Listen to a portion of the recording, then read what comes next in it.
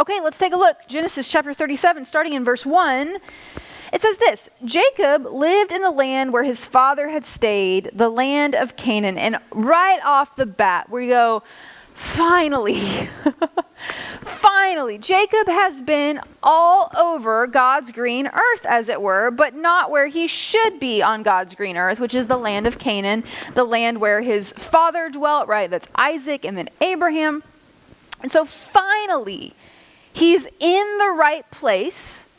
He's made it through some very trying and difficult interpersonal relationships and conflicts, right? Think with his own family, with his father-in-law, with the people from last. I mean, we have all kinds of issues that this man has had to deal with. And so finally, he is in the land where he should be.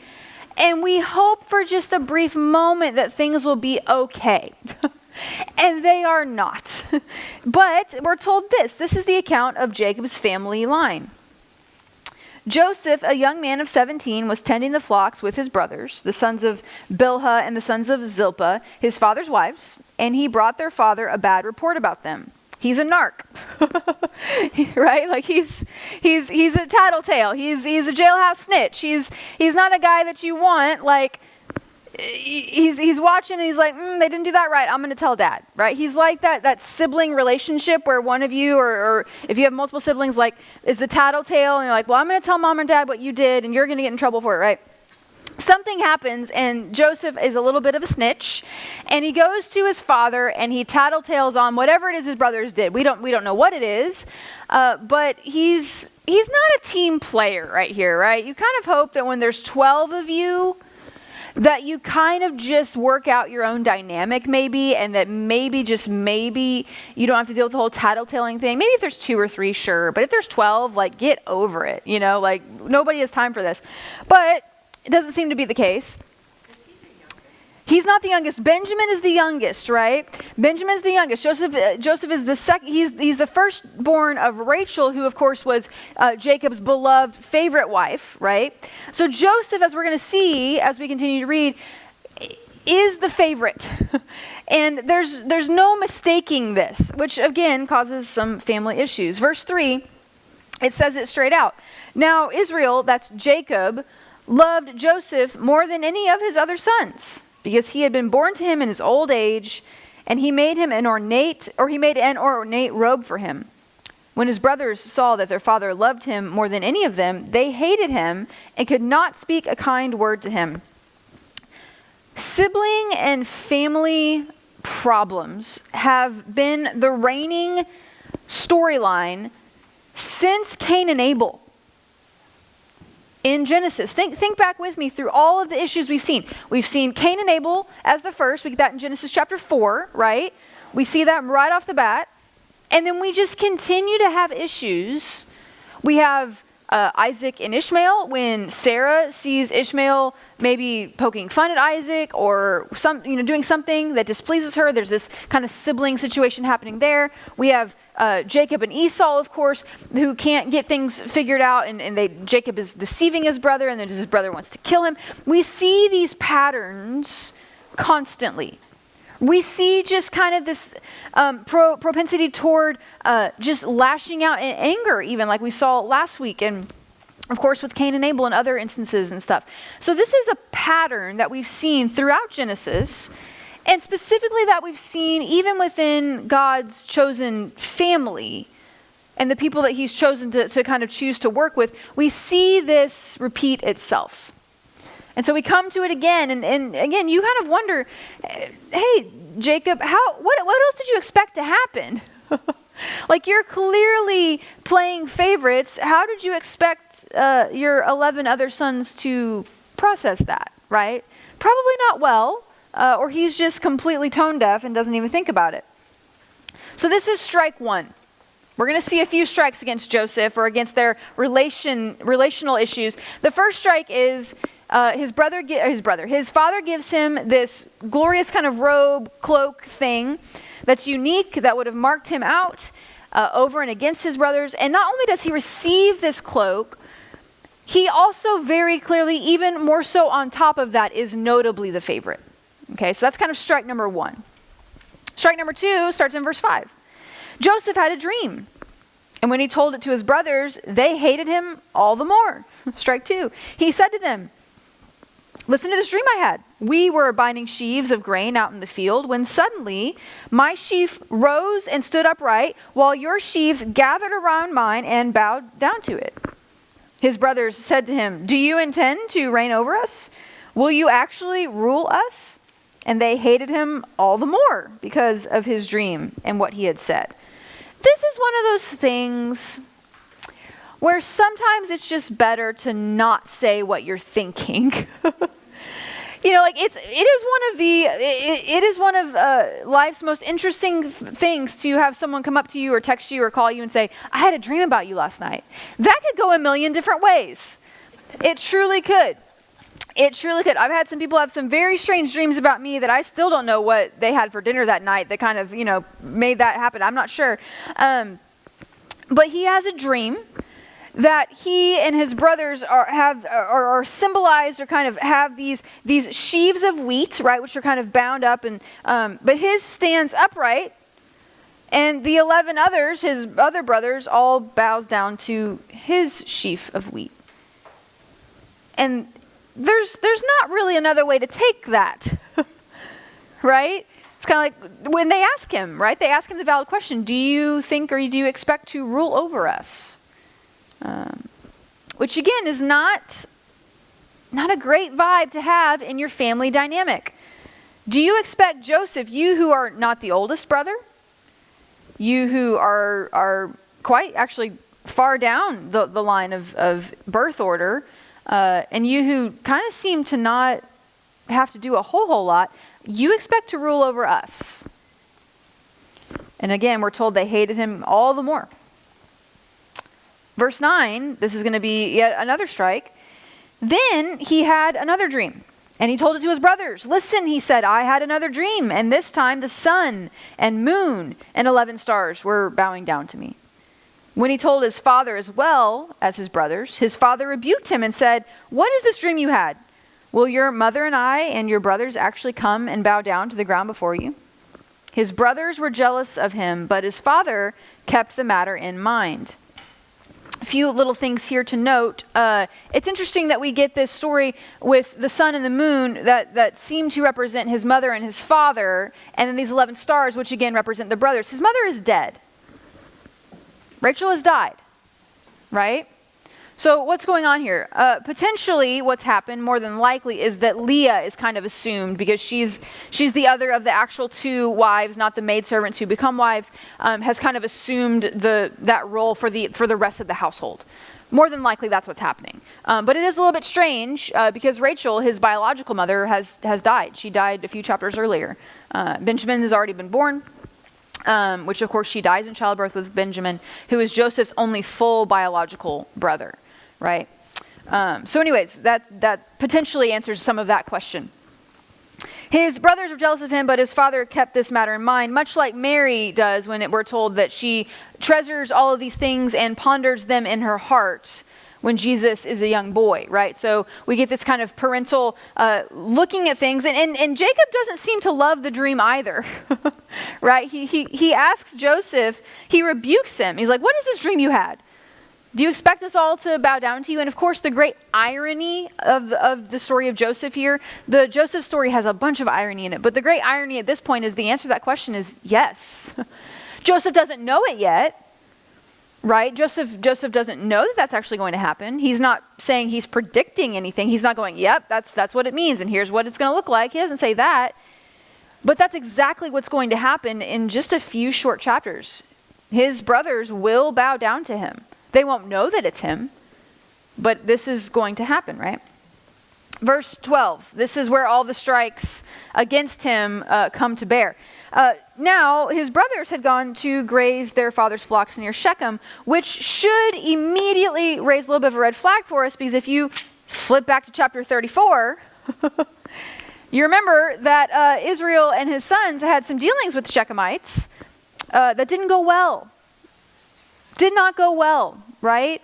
So why are they back in Shechem? Maybe things had gotten worked out. We're not entirely sure. This is kind of one of the questions that biblical scholars ask is why are they so close to Shechem which is from where they were at this point more than likely. And then he sends Joseph, as we'll read in just a couple of verses. He sends Joseph to check on them, which would have been about 65 miles.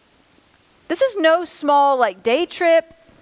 This is no small. So why are they pasturing so far away? We're not entirely sure. It's a little bit of a strange thing. Apparently, they had worked some things out with the Shechemites. That's about all we know. It's strange that they would go so far, but we're told in verse 13, and Israel said to Joseph, as you know, your brothers are grazing the flocks near Shechem. Come, I am going to send you to them. Again, this is about 65-mile journey. Very well, he replied. So he said to him, go and see if all is well with your brothers and with the flocks, and bring word back to me. Then he sent him off from the valley of Hebron. When Joseph arrived at Shechem, a man found him wandering around in the fields and asked him, what are you looking for? And he replied, I'm looking for my brothers. Can you tell me where they are grazing their flocks? They have moved on from here, the man answered. I heard them say, let's go to Dothan. So Joseph went after his brothers and found them near Dothan. But they saw him in the distance, and before he reached them, they plotted to kill him. Here comes that dreamer, they said to each other. Come now, let us kill him and throw him into one of these cisterns and say that a ferocious animal devoured him. Then we'll see what comes of his dreams. Then Reuben heard this. He tried to rescue him from their hands. Let's not take his life, he said. Don't shed any blood. Throw him into the cistern here in the wilderness, but don't lay a hand on him. Reuben said this to rescue him from them and take him back to his father. Let's pause right there for a second. So Joseph finally figures out where his brothers are. He gets help from some stranger. He is approaching them, and as we're going to learn in just a few verses here, he has his special, unique cloak with him, probably on his person at the moment, right? So it's almost this ironic kind of take in Genesis that they see him approaching so far away because he has this cloak on. Like he is standing out like a sore thumb against the horizon, essentially, right? And they see him, and before he even is able to make his way all the way to them, so at most, like if you have a clear flat plain, which this more than likely wasn't entirely a clear flat plain, there's probably some hills and stuff, at most, he's a couple hundred yards away. Right? A couple football fields away, more than likely, is about as far away as you could be where you could see someone, identify them from that distance, and by the time Joseph makes it to them, they have decided to kill him. That's not very far to go from, he's our brother, we don't like him, we kind of hate him in our hearts, to let's jump all the way to murder. Like that's not that far of a distance, right? And more than likely, he's not on foot, or he's at least traveling maybe with an animal of some kind, right? So maybe he is on foot, but this is not like they got to sleep on it, right? There's none of that. Like this is just an instantaneous, we're going to kill him. And Reuben, who is the oldest, looks at them and says, no, let's not kill him outright. He says, let's not shed blood. And again, remember, all the way back to Cain and Abel, we get Abel's blood spit on the ground, and we're told that his blood cries out to God from the ground.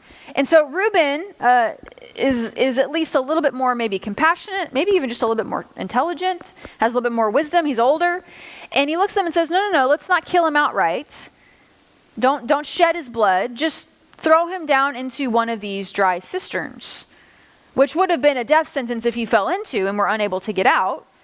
You would have starved to death or died of exposure, because you're in the desert. It gets quite cold at night and quite warm during the day. You would have died in just a matter of a few days, more than likely, from dehydration, from starvation, from exposure, whatever it may be. And so Reuben says, let's not kill him. Just throw him into the cistern, but don't lay a hand on him. Don't harm him in that way, because Reuben in the back of his brain is thinking, I'll come back by, rescue him, and we'll try to figure this out. Reuben doesn't want innocent blood on his hands, whereas the other brothers are seemingly okay with that. Verse 23, so when Joseph came to his brothers, they stripped him of his robe, the ornate robe he was wearing, and they took him and threw him into the cistern.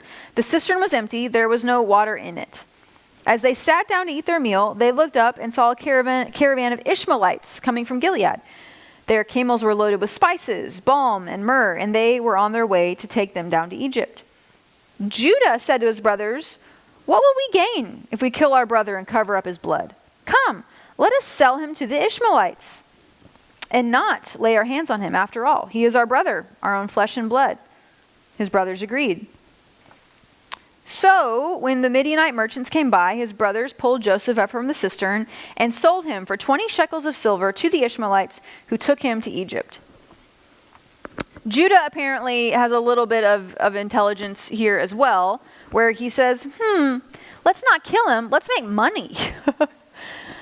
Always a better idea. Let's make some money here, right? Like let's take advantage of this. Let's not shed his blood. We don't want to be guilty of bloodshed, but let's sell him. And we have a little bit of a discrepancy here, if you caught it. We're told that it's a caravan of Ishmaelites, and we get that a couple times, right? But then in verse 28, it's the Midianites that he gets sold to in the first part of the verse. But then we're told that for 20 shekels of silver to the Ishmaelites. So we go back and forth between the Ishmaelites and the Midianites. This is strange. There's two kind of reasons that this might have happened in the text. One is, again, think with me back to why we have even two kind of separate takes on the creation account in Genesis 1 and 2. We have some other stories that get repeated or seemingly get repeated. You're dealing with different source material. Right? You're dealing with kind of this group over here has this kind of bit of the story, and this group over here has this bit of the story, and they're trying to put them together. That is one take on it. The other take on it is that these two terms at this point in history are quite interchangeable. These people kind of came together and had a lot of overlap, the Midianites and the Ishmaelites at this time, which could mean that there's both in this caravan, and they both kind of qualify to be in either of those categories, the Ishmaelites or the Midianites. It's not a huge deal, but just FYI, it is a little bit weird that we're told the whole time it's Ishmaelites, and then it's like the Midianites took him, but the Ishmaelites gave him the money. It's probably just overlap between these two groups because they traveled so much together and they intermarried sometimes, and there was actually overlap. So just as an FYI. So he is sold.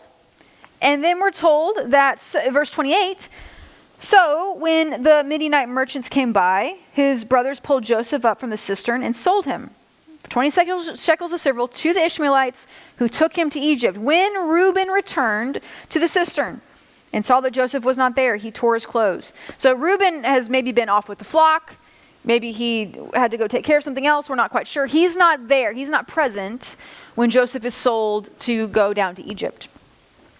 He went back to his brothers and said, "The boy isn't there. Where can I turn now?" Then they got Joseph's robe, slaughtered a goat, and dipped the robe in the blood. They took the ornate robe back to their father and said, "We found this. Examine it to see whether it is your son's robe." Notice, they don't even call him their brother, right? They so distanced themselves from the situation. They so despised Joseph that they don't even call him their brother. They don't use his name. They don't call him their brother. They say, "Is this your son's robe?" He recognized it and said, "It is my son's robe. Some ferocious animal has devoured him. Joseph has surely been torn to pieces." Then Jacob tore his clothes, put on sackcloth, and mourned for his son many days. All his sons and daughters came to comfort him, but he refused to be comforted. "No," he said, "I will continue to mourn until I join my son in the grave." So his father wept for him. Meanwhile, the Midianites sold Joseph in Egypt to Potiphar, one of Pharaoh's officials, the captain of the guard. Thus we are introduced to Joseph and kind of his family and some of their issues. He's set up to go down to Egypt. We kind of get the setup for that story. We're going to pick that back up in chapter 39. But then right in the middle of the Joseph cycle, we get a very strange, somewhat uncomfortable, confusing story in chapter 38. We hear nothing of Joseph. The whole story in chapter 37 has been building toward and with Joseph. It's all about Joseph and his coat, Joseph and his brothers, Joseph and his dreams. Joseph goes down to check on them. Joseph is sold into slavery. All these things. Joseph goes down to Egypt, we're told. And then we, again, just take a hard left turn to this story about Judah and Tamar. So let's look at this, and it's It's odd, as we've experienced throughout much of Genesis, but let's take a look at this. It says, at that time, Judah left his brothers and went down to stay with a man of Adullam named Hira. There, Judah met the daughter of a Canaanite man named Shua. He married her and made love to her. She became pregnant and gave birth to a son who was named She conceived again and gave birth to a son and named him Onan. She gave birth to still another son and named him Shelah. It was at Kezib that she gave birth to him. Okay, so Judah, one of the 12 brothers, again, the one who thought to himself, let's sell Joseph instead of kill him outright. One of the 12 tribes, one of the 12 sons. Judah is about this time decides, again, maybe he's old enough to get married or is, wanting to do that. He kind of goes off. He splits from the family for a little bit to kind of go maybe find a wife or go do whatever. He ends up getting married to a woman who is not from kind of their clan or their area, which again, not great, right? We're told multiple times, don't do this, and yet he marries a Canaanite woman. And she has 3 sons, which on the surface is fantastic, right? Like you want lots of kids and you want lots of sons, right? You want children who are going to carry on your family name. So contrary to the issues we had with Abraham and Sarah, and then even a little bit with Isaac and Rebekah and Jacob and Leah, where we're juggling families and we're trying to figure out, well, which son is older, or are we going to have children at all, or who's... Judah immediately has 3 sons. Like, seems to be great. Like, this seems to bode quite well for him, right? So, as is custom, apparently his sons are now old enough to start getting married, so some time has gone by, and verse 6 says this, Judah got a wife for his firstborn, and her name was Tamar. But Judah's firstborn, was wicked in the Lord's sight, so the Lord put him to death. We don't know what he did or didn't do, but something about who, again, remember with me, especially once we get into Exodus and the rest of the Torah, it's going to become apparent, but the firstborn son has a lot of responsibility and technically belongs to God. And so apparently doesn't live up to that. He does something wrong or doesn't do something he should do. We're not sure. But he displeases the Lord and God puts him to death. And of course, is the one who's married to Tamar. So Tamar loses her husband.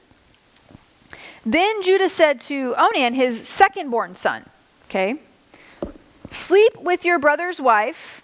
Again, his brother is dead. So sleep with your brother's widow and fulfill your duty to her as a brother-in-law to raise up offspring for your brother. But Onan knew that the child would not be his. It would technically be his brother's and carry his brother's name.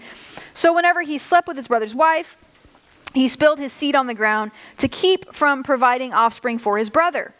What he did was wicked in the Lord's sight, so the Lord put him to death also. This is a very strange practice that seems quite foreign to us. I want to kind of look at a little bit more of the origin of this and kind of how it was practiced. Look at Deuteronomy chapter 25 with me just for a brief moment here. So later on in Israel's history, when they get the law, when they get Torah, we get kind of instructions about what to do if you have a son who's married and does not have children. This was not practiced if that son had children, specifically sons.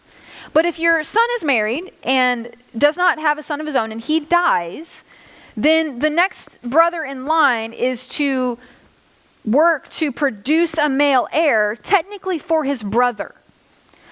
Even though, biologically speaking, the son is the second brother's, metaphorically speaking, name-wise, the son would carry the name of the first son.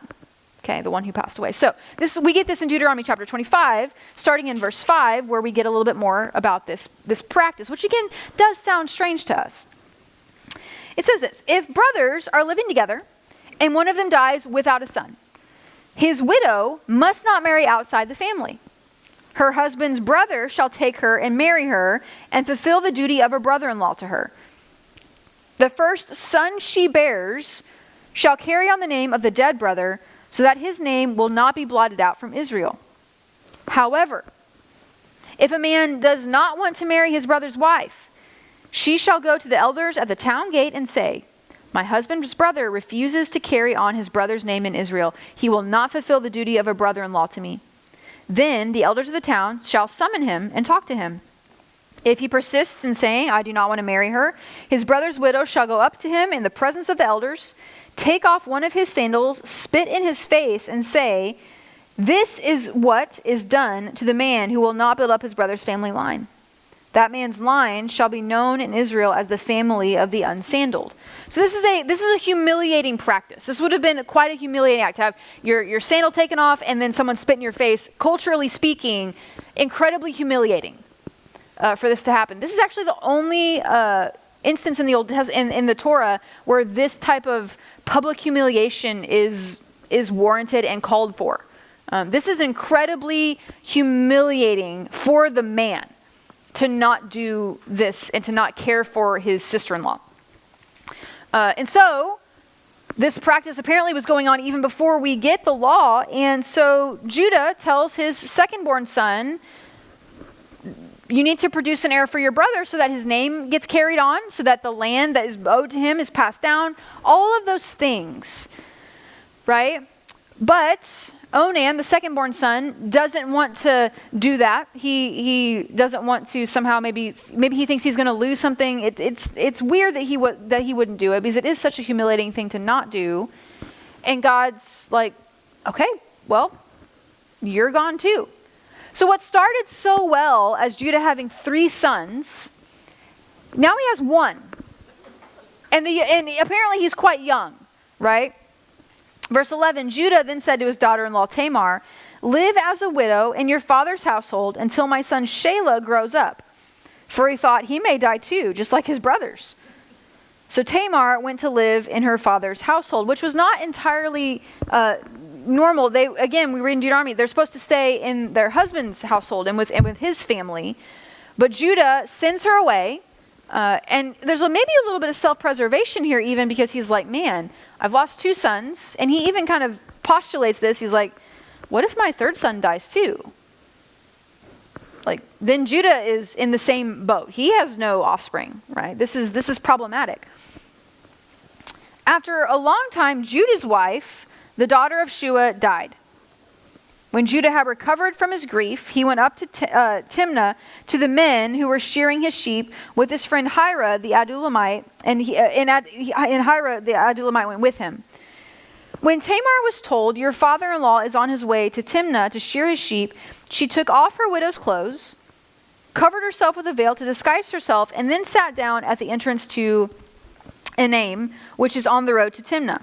For she saw that, though Shelah had now grown up, she had not been given to him as his wife. So Judah has reneged. Judah has dishonored her. He has not kept his promise. At worst, he has flat out deceived her. At best, he's not kept his promise. Okay? Which again is a shameful thing for him to do. This is his duty. He is supposed to kind of facilitate these arrangements and these marriages, right? And he doesn't do it. And so he is, again, at worst deceived her, at best just shamed her and not done what he should do. More than likely it was deceit. It was him just saying, oh, let's not talk about that anymore. Just go away and I'll get back to you later, right? And he never does. He never sends for her when his youngest is of age. Verse 15, when Judah saw her, he thought she was a prostitute, for she had covered her face. Not realizing that she was his daughter-in-law, he went over to her by the roadside and said, come now, let me sleep with you. Again, the Bible is weird. This is a weird story. And what will you give me to sleep with you, she asked. I'll send you a young goat for my flock, he said. Will you give me something as a pledge until you send it, she asked. He said, what pledge should I give you? Okay, so he's like, yeah, I'll send payment in a couple days. And she's like, not good enough, buddy. I need a down payment. I gotta have some security here. And so he's like, well, what do you want of mine that I can give you? She says this, your seal and its cord and the staff in your hand. So he gave them to her and slept with her, and she became pregnant by him. After she left, She took off her veil and put on her widow's clothes again. Meanwhile, Judah sent the young goat by his friend the Adullamite in order to get his pledge back from the woman, but he could not find her. Oops. Like this is turning into a humiliating thing for Judah himself, because now his staff and his seal are, AWOL, and he's kind of having to ask around, hey, where did that lady go? Like this is somewhat humiliating for him, right? Well, it's very interesting. Yeah. He sends his friend. He sends his friend, right? He doesn't go himself. He sends his friend. And so, verse 21, the friend, asked the men who lived there, where is the shrine prostitute who was beside the road at Anem? They said, there has not been any shrine prostitute here. So his friend went back to Judah and said, I didn't find her. Besides, the men who lived there said, there hasn't been any shrine prostitute here. Then Judah said, let her keep what she has, or she will become a laughingstock. After all, I did send her this young goat, but you did not find her. About 3 months later, Judah was told, your daughter-in-law Tamar is guilty of prostitution, and as a result, she is now pregnant. Judah said, bring her out and have her burned to death. Which again, remember, technically speaking, in some ways, he has a right to do, because technically speaking, she is betrothed to his youngest son. And she's become pregnant. Now, he doesn't realize how yet. He's about to. But all they know is this woman who is technically betrothed to your youngest son and is not married right now has become pregnant. What the Torah allows is for stoning of such an individual, but Judah, again, this is pre-law, he says to burn her. As she was being brought out, she sent a message to her father-in-law. I am pregnant by the man who owns these, she said.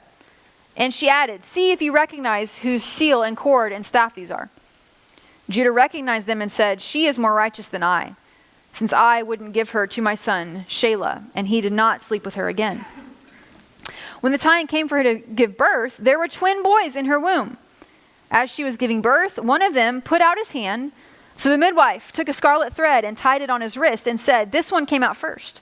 But when he drew back his hand, his brother came out, and she said, so, this is how you have broken out. And he was named Perez. Then his brother, who had the scarlet thread on his wrist, came out, and he was named Zerah. There is a lot going on here. There's a lot going on here, right? So Tamar, again, 3 months later, after her encounter with Judah, she is pregnant by her father-in-law. And because he would not do what he should do. And so she is found to be pregnant. People tattle on her to Judah. He, again, much like the story of when Nathan the prophet goes to David and tells him after the Bathsheba and Uriah situation, when Nathan the prophet goes to David and gives him that story or that parable about the man who had, the poor man who had one single little lamb. And this rich man who has a bunch of sheep and lambs comes and takes the one little lamb, and David is incensed and says, Who is this man who stole from the guy who had nothing? Who is that guy? Bring him to me, and basically I will kill him. And Nathan looks at him and says, you're that guy. This is kind of like a precursor to that story. Like, it's kind of the same vein. It's got the same flavors, where Judah is enraged, right? This is an act against his family. This is an act against his son. This was simply not allowed back then. This was, punishable by death, as we see here, and if you continue to read the Old Testament, right, it's punishable by death. So this is not looking good for Tamar. Judah sends for her. Again, she's not living in his household. She's living in her father's household, which we don't know how far away that was, but somehow word got to him. And Tamar, unbeknownst to Judah, has a trump card to play. She's got an ace. And so she goes, fine, I'll come with you to Judah, to my father-in-law's household. But first, here's what I want you to do. I want you to take these items, the staff and the cord and the seal, and I want you to give them to him and tell him that the man who made me pregnant is the one who owns these things. And Judah's response is really interesting. His response is incredibly interesting in verse 26. She is more righteous than I. She is more righteous than I. And then he owns up to the reality that he's like, yeah, I wasn't gonna follow through. I wasn't gonna give my youngest son to her as a husband. I wasn't going to care for her the way kind of the law and the culture of the day said I should. I was going to deceive her. All these things. He says, yep, she is more righteous than I.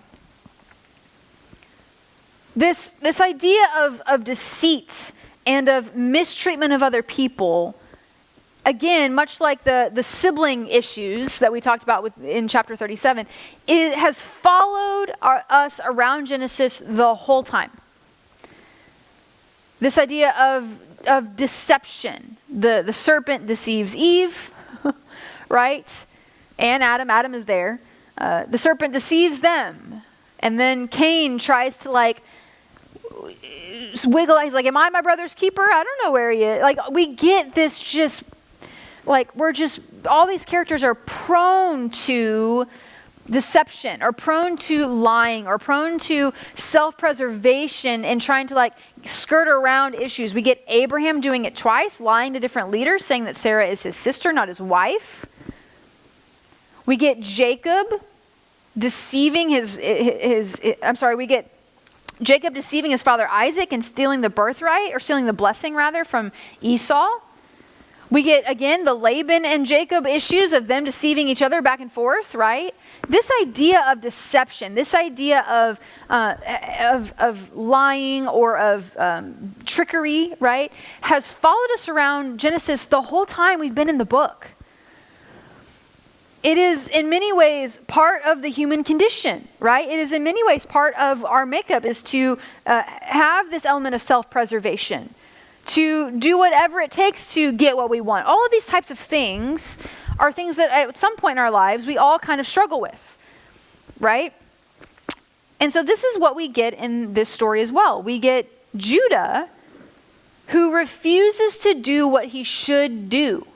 The honorable thing, the thing that culture and kind of just common law kind of dictates that he should do. He deceives his daughter-in-law, and thus her family as well, quite honestly, right? And then he also engages with what he believes to be a prostitute. And then his response is, she is more righteous than I. We read this story, or this, some people read this story and they think that Tamar comes out in a bad light because of what she did, right? And we have such a uncomfortability, if I can make up that word, with what she did, and with such a profession, and with it makes us. It's one of the things that even in the New Testament you see people talking. Are you eating with tax collectors and prostitutes? And what are you doing, Jesus? Right? And it's one of those. We tend to group people under that banner as people who we shouldn't associate with, or as people who deserve less somehow, or as people who have done something so unforgivable, whatever it may be.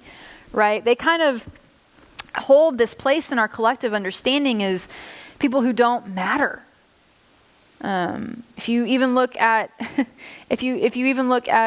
crimes that get solved, if they involve people in that profession, they tend to not get solved because no one's looking for them. They're thought of as less than.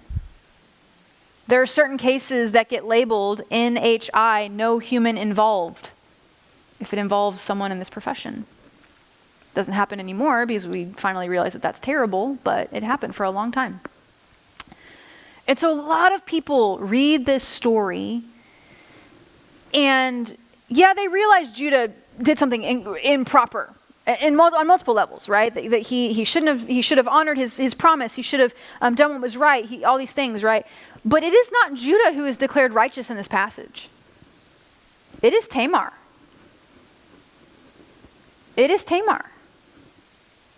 And if you remember with me, Judah and Tamar, again, as we're told here at the end of the chapter, have twins. We have a bit of a Jacob and Esau situation here, right? Again, we're getting all these patterns. We're getting all these types as we read. We have this Jacob-Esau situation where, remember, Rachel is like, she's like, and they're like wrestling in her womb before they're born. But we're told that the younger will serve the older in that case. And here, the midwife knows that she's having twins. And the older one, Zerah, breaches the womb first. And the midwife wants to make sure that they know who was born first. Because again, it matters. Now it matters that you know which one's which, you know whose name is who, and you know, if you got them switched up at birth, immediately, I can't remember which one was born first. Today, okay, it doesn't matter. It matters. It matters way more back then because everything rides on that. Who is the oldest? What is the birth order? Who gets the birthright? Who gets the first blessing? All that stuff we dealt with Jacob and Esau is kind of coming back to haunt us here, where we have the older one, Zerah, who breaches first, right? But not completely. And so we get his arm, and the midwife ties a scarlet thread around his arm, but he's not actually, quote unquote, born first. That doesn't matter. For them, it's whoever appeared first, even if they're not fully born first. And so the midwife knows this, and she takes note. She does her best to mark that. Verse 29 again, but when he drew back his hand, his brother came out, and she said, so this is how you have broken out. It's almost like she calls it right there. She's like, oh, I see how this is going to be. I see what this is going to be like, right? And so he was named Perez. And then his brother, who was technically firstborn, quote unquote, is named Zerah. And if you remember, just in the back of your brain somewhere, maybe filed way far back there, when you get to the genealogy of Jesus, we get a very interesting mention of Judah and Tamar and Perez. This is how the line of Judah continues. It's not through his first 3 sons. They all apparently does not go well. 2 of them die, and then we don't know what happened to the last one. But it's not through them that Judah's line, what is going to come to be the kingly line, the line of David, comes from this. It comes from this. It comes from Judah and Tamar. Tamar is one of course, the very few women who's mentioned in the genealogy of Jesus. Rahab is another one. Same kind of thing. But it's Judah, Tamar, and Perez then who continues on, that then gives us, of course, Jesse and David and Boaz before them. And then Jesus. Right? This is a little bit of an unexpected turn in the story that you're not going to see fully played out. You're going to be like, wow, when we get to David, you'll be like, whoa, that's impressive. David's already impressive because not only do we have Zerah, who's, of course, Judah and Tamar's son, but we also get Rahab in there. We also are going to get Ruth, who's a Moabitess, who's not an Israelite, right? We get several of these instances where these women are, 1, not Israelites to begin with, and 2, come from what we would consider not wonderful backgrounds or not wonderful histories, or they've made some decisions that we're like, ooh, don't agree with that. And yet, as you read the story, it's going to become clear, especially once you get to David, where you're like, oh my, this is quite shocking. This is surprising that this has come from this. And even more so when you get to Jesus, right? These 2 chapters, chapter 37 and chapter 38, again, are you read them, you're like, these feel entirely opposite. These feel quite strange. And it's understandable that that is so. But there are a few interesting parallels that might kind of give us a signal as to why the redactors, the authors, put them next to each other. One is that chapter 38, it kind of makes sense because the first verse is, at that time, around the same time that Joseph was sold, Judah then goes off and gets married, and then we have like this long history of what happens, right? So maybe that's why it's put here. But you also have paralleling each other, rather, stories of two fathers losing sons. You have Jacob in the first story in chapter 37 who believes, rightfully so and understandably so, that Joseph is dead. And he mourns and mourns and mourns and mourns, whereas Judah loses two sons and doesn't seem to mourn a whole lot. We're not told that he does or doesn't, but you get stories of two fathers who are losing children, right? So that some commentators and thinkers consider that an interesting parallel to note between these two stories. Again, they get put together at a very strange place in the narrative, because chapter 39 we pick right back up with Joseph. And we get kind of into that familiar story. He's in Potiphar's house, he's working, he's going to get thrown in prison, all of that stuff, right? And we're like, okay, back to our regularly, scheduled programming. Whereas chapter 38 just kind of plops down there and you're like, I don't know what's going on here. It seems to correspond on the timeline, and it also seems to maybe correspond with this idea of fathers and sons and genealogy and having a line and all those things that we've had to worry about so much in Genesis. Family line, heirs, the passing of the blessing, the passing of the birthright. These have been our big concerns literally since like chapter 12 of Genesis.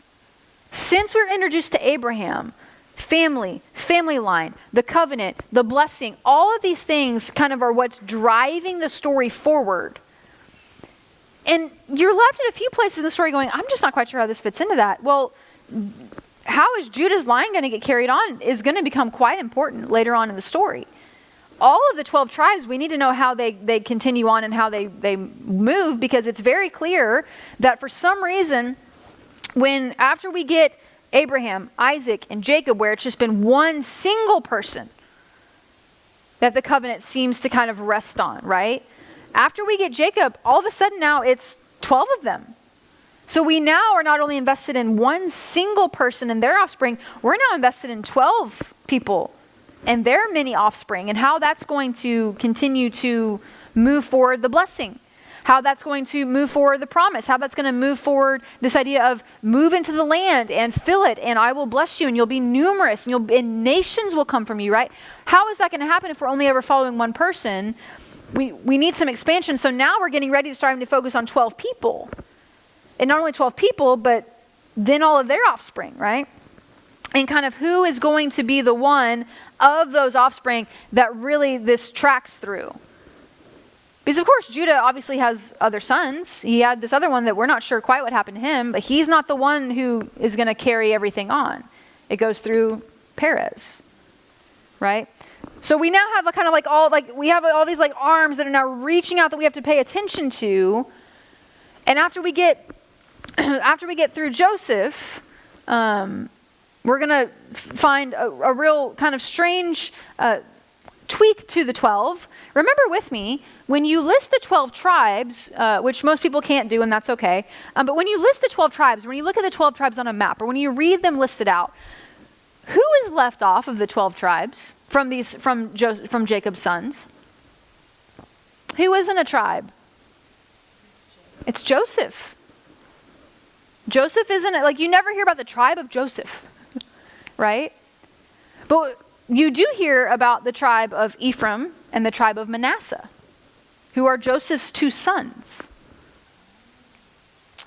Now, this isn't part of the lesson, but since we're already here, just kind of as a preview of coming attractions, how do we take one away? We're going to do some math here. This is dangerous for me to do. We're going to take one away. We're going to take Joseph away because we don't have a tribe of Joseph. But then we're going to replace it with two. And we have Ephraim and Manasseh, both who become tribes, both who get land when they settle in Canaan. How do you take away one and get two added when it comes to the land divisions? Who doesn't get land? The one where the priests come out. The Levites. The Levites don't get land. God is their portion, right? So when they go this is after the Exodus, after they wander in the wilderness, and they finally get to the promised land, we have 12 tribes still, but when it comes to how the land is divided, right, which is key, we don't have a tribe of Joseph, we have a tribe of Ephraim and Manasseh added in, but the Levites don't get land. So is there a tribe of Levi? Yes. But when it comes to actually looking at like how the promised land is settled and where the 12 tribes end up, the Levites aren't on the map. They don't get land. We're told that God is their portion. They live all around the land. The priests don't only just live near the tabernacle, they live all around. And they go to the tabernacle for their yearly time of service, right? So as the story moves forward, we are going to have to start kind of paying attention to what's happening with these tribes. Who is kind of like taking charge? Which tribes are going to become super important for our kind of the rest of our story here? Which ones are going to kind of become background players? Why is that? Who ends up in the north? Who ends up in the south? We're going to start seeing all of these things because now the story isn't just, Abraham, Isaac, Jacob. It's just not just one person. It's going to start like spreading out, right? So kind of things to think about as we wrap up Genesis here over the next 4 weeks. The story has been just one person.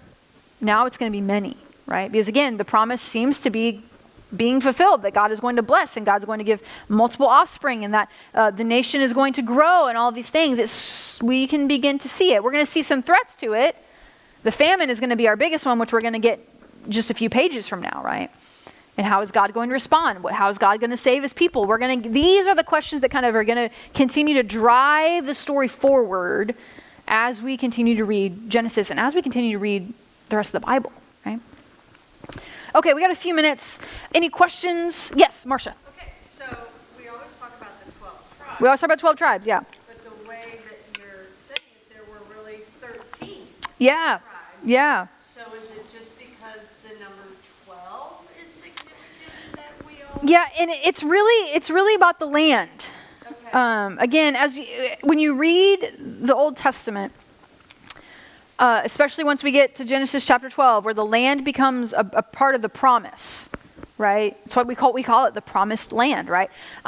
That for Israel in the Bible, and as you read the Old Testament, especially the Torah, and then even Joshua, Judges, etc., and even the whole Old Testament really, the land becomes like a character in the story, right? The land is a character in the story. So how it is inhabited and who is in the land matters. So when they go into the land and Joshua begins to tell them, hey, here's how you're going to divide up the land. That's why the 12 matters, because we have 12 groups that have to settle in the land. The Levites are everywhere, right? So it's not so much 12 is the biblical number. Jacob did have 12 sons, so that is how that kind of gets played out. But it's more about how is the land distributed, and it's distributed in 12 ways. Yep. Oh, sorry, Marcia and then Joy. Oh, Yeah, sorry. and my other question is the fact, one, Judah says she's more righteous than I am. Mhm. Well, they both deceived each other. So, I Sure. don't see her necessarily as so righteous. Uh-huh. But then he says, and he did not sleep with her again. Yeah. So he must take her into his household? Yes, so technically she's his wife now. Or she's yeah. And so they would be in some ways married, but he apparently they don't have relations again. Yeah. And when you see some of this stuff, these guys are really like flies. Yeah. Servants, maids. Uh-huh. Yeah. Joy? Okay, so the Levites don't have their land. Right. Are they like the spiritual leaders? Yes. Each of the 12? Yes. So the Levites don't get a portion of land just for them. They are interspersed throughout the whole area of the promised land, right? Because if you think about it, you don't need a whole several thousands of people, of men, once they hit a certain age, males could become priests. You don't need all of them at the tabernacle at one time. That's way too, it doesn't take that many people to run the tabernacle, right? So what they did is they had kind of this like schedule, this calendar, that when it was your like reserve units, time to go up for duty, you and your group would go and serve at the tabernacle or the temple later on, right? But the rest of the time, the Levites are interspersed throughout the land, because if you are living far away from the tabernacle and you think you might have leprosy, what do you have to do? You have to get a Levite or a priest to look at it. More than likely, that Levite or priest is kind of probably just down the road, because they're living around your camp or around your little area, because they're kind of put everywhere, and the people would take care of them. They got a set of, if they were serving at the tabernacle or the temple, they would be fed. Like there were temple taxes that you would pay that would help kind of make sure the Levites could survive, all of that stuff, right? Because they're not really making money doing things like the other people would all the time, so they got to supplement some of that. But the Levites were interspersed so that if there were questions about legal issues, about the law, the Levites could answer. They could act kind of almost as judges, kind of, sort of, to help disputes, or they could offer counsel. So they're all over the land, and then when their unit gets called up, essentially they go serve at the tabernacle. We see this actually, if you look in the beginning of the Gospel of Luke, you actually get a little bit of information, not information, but you get an example of this.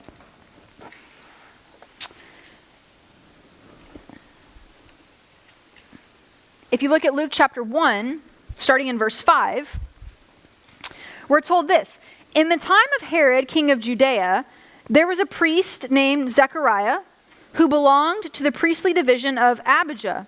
His wife, Elizabeth, was also a descendant of Aaron. Both of them were righteous in the sight of the Lord, observing all the Lord's commands and decrees blamelessly.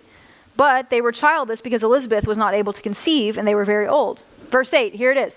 Once, when Zechariah's division was on duty, and he was serving as priest before God, he was chosen by lot, according to the custom of the priesthood, to go into the temple of the Lord and burn incense.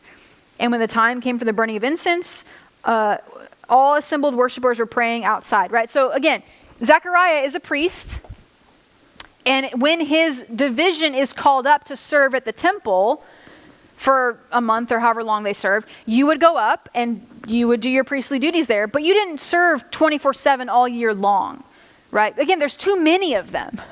So you did it in little stints, and once you got there, you would kind of draw lots, or you would kind of figure out, okay, I'm on this duty, you're on that duty, that's how that's working. So just, that's a fun little aside, FYI, now we know more than we did, right? Okay, awesome. Let me pray for us. Again, we are now fully into the Joseph cycle. Starting next week, it's pretty much just straight Joseph until the end, right? So we've made it that far. So let's pray.